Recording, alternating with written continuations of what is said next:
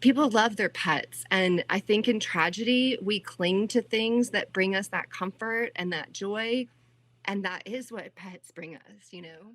What is up, everybody? It's Joe. I'm back with Unleashed. And man, there are a lot of crazy things going on in the world right now. And I know that everybody's going through something, but situations like this put things into perspective for me and make me realize that my problems aren't as big as I make them out to be. Like the people in the Carolinas, it's horrible and it's really sad. They lost everything, like literally everything. And they lost family members, their livelihood, they lost their pets. They lost whole towns. Whole towns have been completely decimated and erased. And yeah, it just puts things into perspective, you know? So, we're going to be talking about that today. And we're also going to touch on pet safety during natural disasters because I lived in Florida. I've experienced hurricanes. They're not fun at all.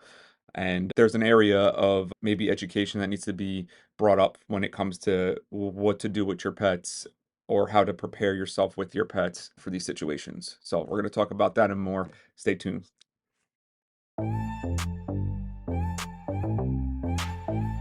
I'm gonna do a brief overview of Hurricane Helene, just to read a little bit about that system, and then we'll get into like the damage and stuff, and we'll get into pet safety in a little bit. So, Hurricane Helene, which formed in early October, rapidly intensified into a powerful Category 4 hurricane, boasting maximum sustained winds of 150 miles an hour. Now, Category 4, that is freaking strong, man. That is a strong hurricane and sustained winds. Like, that's not just like gust, that's like sustained winds that are just gonna just keep blowing and affecting structures and picking up things and slamming them into your house or your cars. So, this was already pretty intense by the time it hit Florida. It got like a lot of energy because of the hot water in the Gulf of Mexico. But let's keep reading. Its expansive size made it a formidable threat affecting a wide swath of the southern eastern United States. After making landfall in Florida, Helene carved a path of destruction through the Carolinas, particularly North Carolina, where torrential rains and strong winds led to severe flooding and widespread power outages. Coastal communities faced significant damage, with many homes and businesses devastated. In total, several states, including South Carolina and Virginia, reported extensive infrastructure damage and emergency declarations. Early assessments indicated that the recovery efforts would take months, highlighting the urgent need for preparedness in the face of increasingly severe storms. So yeah, preparedness, like I said, I lived in Florida and usually a lot of Floridians have their hurricane kit at home. They usually have a backup plan if they have to evacuate the area. But even in some cases, I don't think that you can prepare for what happened. Like the people in the Carolinas, man, like they're in the mountainous areas and usually like tropical systems, the mountains, you should rip them up and make them become less angry. But this thing, like, actually went into an area where you don't really see a lot of tropical systems, and it hung there and stayed there, and it poured up to 30 inches of water, which made rivers crest at an alarming size. And in some places, the water got up to 25 to 30 feet. Think about that. That's crazy. 25 to 30 feet. Like the whole first floor of businesses and buildings was underwater, like in deep water. That's deep. And there was a current, so it's like dragging everything along, cars, trucks. It's actually moved houses completely off their foundations. And that's the sad part. That's what I'm gonna get into now is just that the sheer devastation and the loss of life. I just want to make sure that before I get into the animal side, that I acknowledge that people lost their loved ones, and it's a horrible situation. So I just want to let that be known that they're in my prayers. I made a donation. I encourage anybody else if you can. It doesn't matter how much, anything is helpful. They need all the support they can get because they're in some crappy situations right now. A lot of them live in remote areas where there's one road in and one road out, and that road is completely not just blocked, it's been washed away. As if there's like a big crater in the ground because the cement actually came up from the water soaking the earth so much and loosening up that roads collapsed or were washed away, and they're having a hard time getting there. And like I said, when I was in Florida and Hurricane Irma came up and, destroyed my condo, not to this level at all. It wasn't at all to this level. But that water, man, that water does so much damage. Like, even if it's not ripping your house from your foundation, when it's just rising and rising and rising and sitting there, it like ruins everything. It ruins your furniture, the carpet, walls. You have to knock everything out, start all over because you don't want to get mold. And that process in itself is very stressful. So I can only imagine what these people are going through, especially people who have lost loved ones, lost their pets and their friends and coworkers, and now they have to rebuild their house. It's really, really sad. Minutes felt like hours waiting for help until she spotted a bright red boat headed her way. The rescue crew would blow a whistle, and I would scream help. I would scream help. And about the time that they came around, probably 20 feet away, I could see the red front of that rubber boat. That's when my house started popping and cracking and breaking apart. And I had to jump. And I'm in the and I seriously, I don't know how deep it was, but I sank. But Vicky was the lucky one. I lost him. And the last I seen of him was his little head, and he was trying to doggy paddle, I guess. And I'm like going, oh my God. And I looked at the rescue crew and I said, can we save my little dog? And he says, we have to save you. Like, stories like that just breaks my heart, man.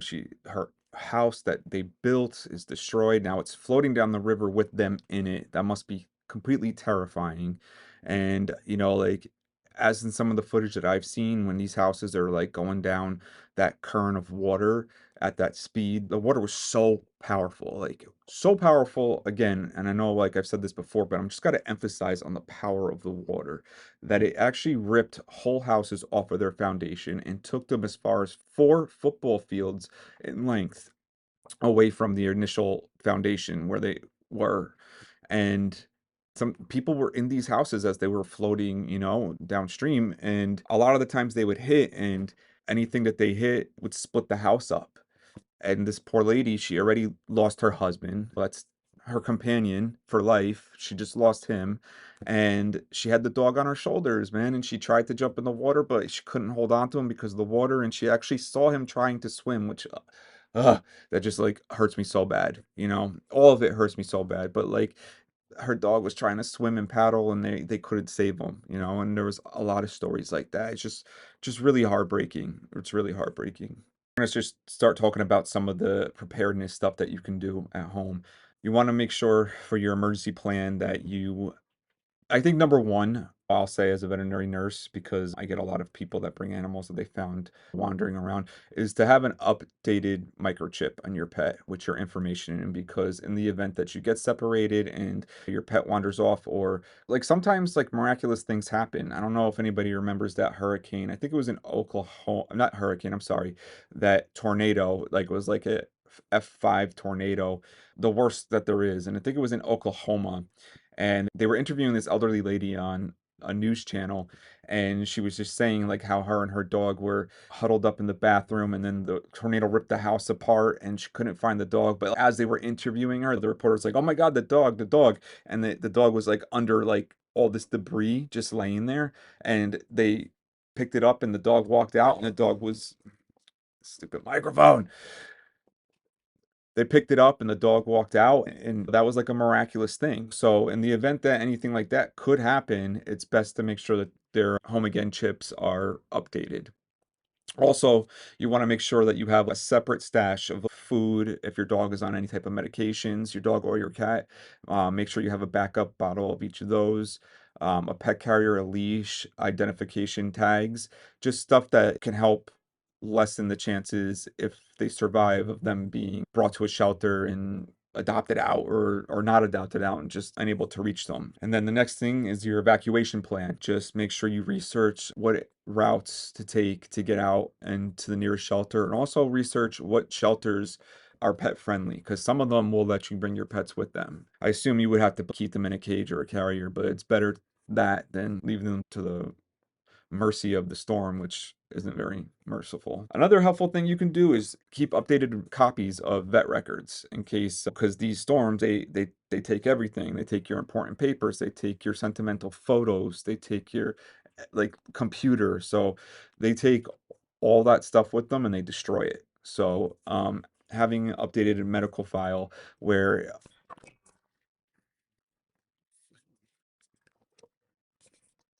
I'm Italian, I will talk with my hands, and this is like the seventh time I did that, so I'm not cutting this one out. So yeah, just keeping a record of, their medical records, because in the event that you do need to get veterinary attention, it's best to have those records on hand so that the veterinarian can read up on them and have an idea of where to start with the protocol and treatment. And then also just having a list of emergency contacts. Sometimes you can find somebody who's maybe on your way out of the evacuation, somebody who, a friend or a loved one that's not in the affected area, and see if maybe they can hold on to your pets for a couple days until things blow over. But yeah, preparedness is key. And again, I don't know that you can fully, I don't, so you can prepare, you can do all this stuff, and it will be helpful. But like in certain situations, I don't think these people could have prepared for what was to come, because it's unprecedented. I don't think they've ever, from what I've seen, they have never had something like this. I think the last time they had like a huge flood was like in 1916. Don't quote me on that. I'm not sure, but it was like 90 years ago, basically. And yeah, like the sheer devastation, I don't think you can prepare yourself for that. And I'm sure there's like post-traumatic stress disorder that comes with that, because the storm is traumatic in itself. Losing your home is extremely traumatic. Losing all your sentimental valuables is traumatic. Losing your livelihood, like your business, is traumatic. And losing your family members and your friends is beyond traumatic. So you can't prepare for that, but there are just like little things you can do that will help you out. And going down the same road of hope, there's another story that actually came out of the affected area, and it's amazing. It's about a family that they were evacuating. They were trying to get their kids and their animals get them to a safer location. So I guess they took the children and all the people first, and then they were going to come back for the animals, but then by then the house had washed away and they were gone. But miraculously, she was found, and it is actually pretty amazing, and I cannot not have this in my video. So enjoy this. I'm sure you will. Oh, hey. I was weeping, I was laughing, I was so happy. The Kingsport Fire Department and a Murfreesboro Police Department canine team discovered Athena in a tree. With floodwaters in the area receding, she was now 20 feet off the ground. Athena sitting there quietly as the rescuers raced to dig out a damaged ladder from the debris. So I climbed up there and I gave her a little bit more food and kind of just made sure she wasn't going to nip at me. And she was probably the sweetest dog I've ever met in my life. She went to everyone that was down there and was rubbing all over them, and she was thanking us. Athena's heroes taking her to the shelter where Thursday morning she was reunited with her family. How cute is she? I'm in love with this dog. She's so adorable. She's like just sitting at 20 feet top of the tree, just, yeah, I'm up here, not scared, nothing, just chilling, waiting for somebody to rescue her. So glad they did, because they had other pets, that family, and they lost all of them, and they thought they had lost Athena as well. But yeah, that's just another miracle, another sign of hope. And I think it's a beautiful thing that they rescued her and got her down from the tree. And you could just see, like, I can, just because I work with animals, like you get like a sense of which animals are certain ways as far as personality goes. And I can tell that she's just like an awesome, loving, like harmless dog. She's adorable, and she was reunited with her family, and I think that's amazing. And I'm hoping that there's going to be more, success stories like that, and miracle stories where people get reunited with their loved ones or their pets, anything that can give them a little more sense of comfort in these very uncomfortable times. So like I said before, if you're able to donate, I highly recommend it. It doesn't matter what you do, a dollar, $5, $500, whatever you're able. It doesn't matter. Everybody comes from different socioeconomic backgrounds, and whatever you can do, you can do. I made a donation that I was able to make, and honestly, if I could, I was thinking about this, if I could get off of work and actually go down there and be on the ground and help and volunteer, I would.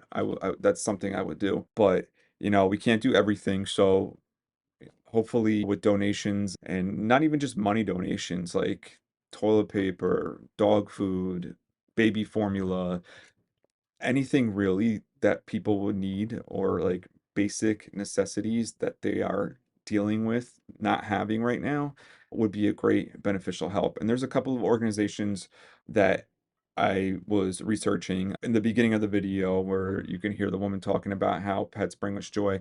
I think she's like the head of the place called Brother Wolf Animal Rescue in North Carolina, and they were able to evacuate like over 100 animals within 2 hours, and thankfully they were able to get them all out through fosters and through shipping them around to other rescues.